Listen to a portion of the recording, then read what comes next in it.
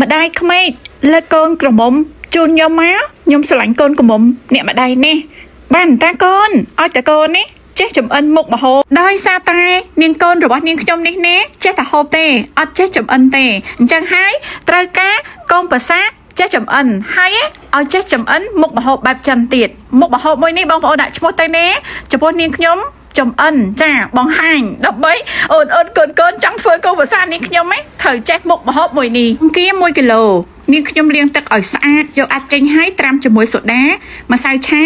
ជាមួយនឹងស្ករសហ្នឹងដើម្បីឲ្យបង្គាមានជាតិផ្អែមចាដោយសារតែបង្គាចិញ្ចឹមហើយដាក់ម្សៅឆាជាមួយនឹងទឹកសូដាហ្នឹងត្រាំមួយទឹកកកហ្នឹងដើម្បីឲ្យសាច់វាស្រួយចិញ្ច្រាំវាឲ្យម៉ត់រួចហើយដាក់ជាមួយនឹងគល់ខ្ទឹមនិងស្លឹកខ្ទឹមបន្ទាប់មកដាក់ជាមួយនឹងម្សៅស៊ុបម្រេចម៉ត់បន្ថែមជាមួយនឹងប្រេងល្ងប៊ីចេងប្រេងខ្យងស្ករត្នោតបន្តិចមកជាមួយនឹងខ្ទឹមសច្របាច់វាឲ្យវាម៉ត់ណាបងប្អូនណាហើយបន្ថែមជាមួយនឹងទឹកដោះគោខាប់ម្សៅស៊ុបដុំរសជាតិម៉ត់បន្តិចមកច្របល់វាឲ្យសព្វរួចហើយទុកក្នុងទូទឹកកកចំនួនកន្លះម៉ោងដូចគ្នាសម្បកបាញ់ត្រាំងកាត់ជា2ជ្រលក់ទឹកភ្លាមលើកផ្លែតតែម្ដងហើយដាក់មួយសភាដាក់ម្រេចខ្ចីក៏បាននេះខ្ញុំអត់មានម្រេចខ្ចីដាក់ម្រេចគ្រាប់ចា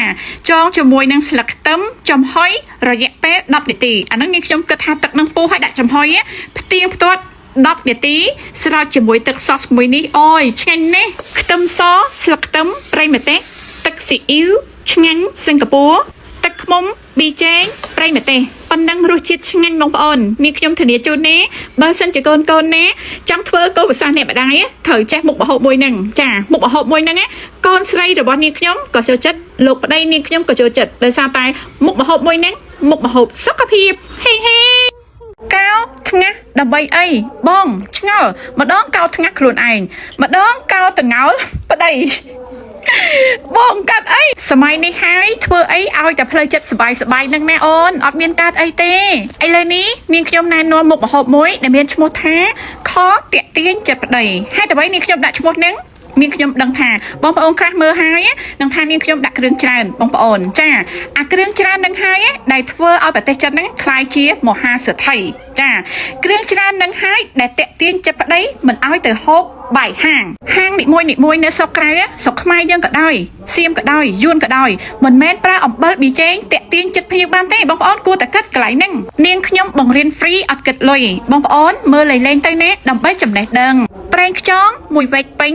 ប្រេង oyster កន្លះស្លាបព្រាទឹកស៊ីអ៊ីវសិង្ហបុរីមួយវែកប៊ីចេង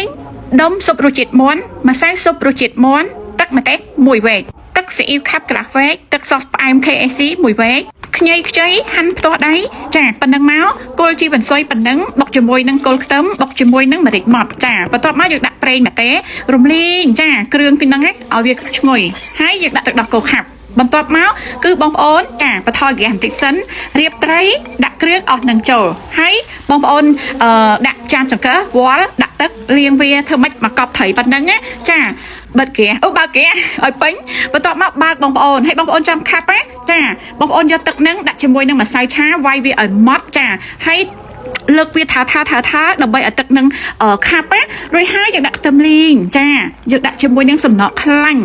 បងប្អូនអើយនាងខ្ញុំថានេះតាក់ទាញចិត្តប្តីបាទនៅផ្ទះមិនបាច់ទៅបាយហាងទេបងងៅរបស់នាងខ្ញុំសរសើរគ្រប់មាត់តែម្ដងថានាងខ្ញុំធ្វើមុខម្ហូបអីក៏ឆ្ងាញ់ដែរចំពោះត្រី1គីឡូកន្លះបងប្អូនមនុស្សស្រីឆ្លាតបងប្អូនគួរតែជ្រើសរើសអ្វីដែលសុខភាពនាងខ្ញុំសូមណែនាំ BJ MAEE BJ សុខភាពផលិតមកពីប្រទេសកូរ៉េមានក្រុមហ៊ុន Samsung គឺជាអ្នកធានាសុំទោសផងណាបងប្អូនអត់ថតរហូតចាក់ឲ្យបងប្អូនមើលទេដោយសារតែថតច្បាស់ពេកបងប្អូនគឺបិទមកយូរតែម្ដង Facebook ឥឡូវចាប់ខ្លាំងអញ្ចឹងនាងខ្ញុំសូមធានាថា BJ MAEE នេះគឺជា BJ សុខភាពពិតប្រាកដចាផលិតមកពីដើមអំពៅពិតតែម្ដងសាច់ BJ ល្អក្បោះហូបទៅសុវត្ថិភាពហូបទៅសុខភាពដល់គ្រួសាររបស់បងប្អូនខ្នាតតូច 10000 ខ្នាតធំកន្លះគីឡូ 15000 អាចរកទិញបាន25ខេត្តក្រុងកន្លែងលក់ចាប់រួយណាកន្លែងខ្លះមិនទាន់ទៅដល់បងប្អូនចង់តំណែងយកដុំលក់រាយអីហ្នឹងនេះខ្ញុំដាក់លេខ Telegram Page នៅក្នុង comment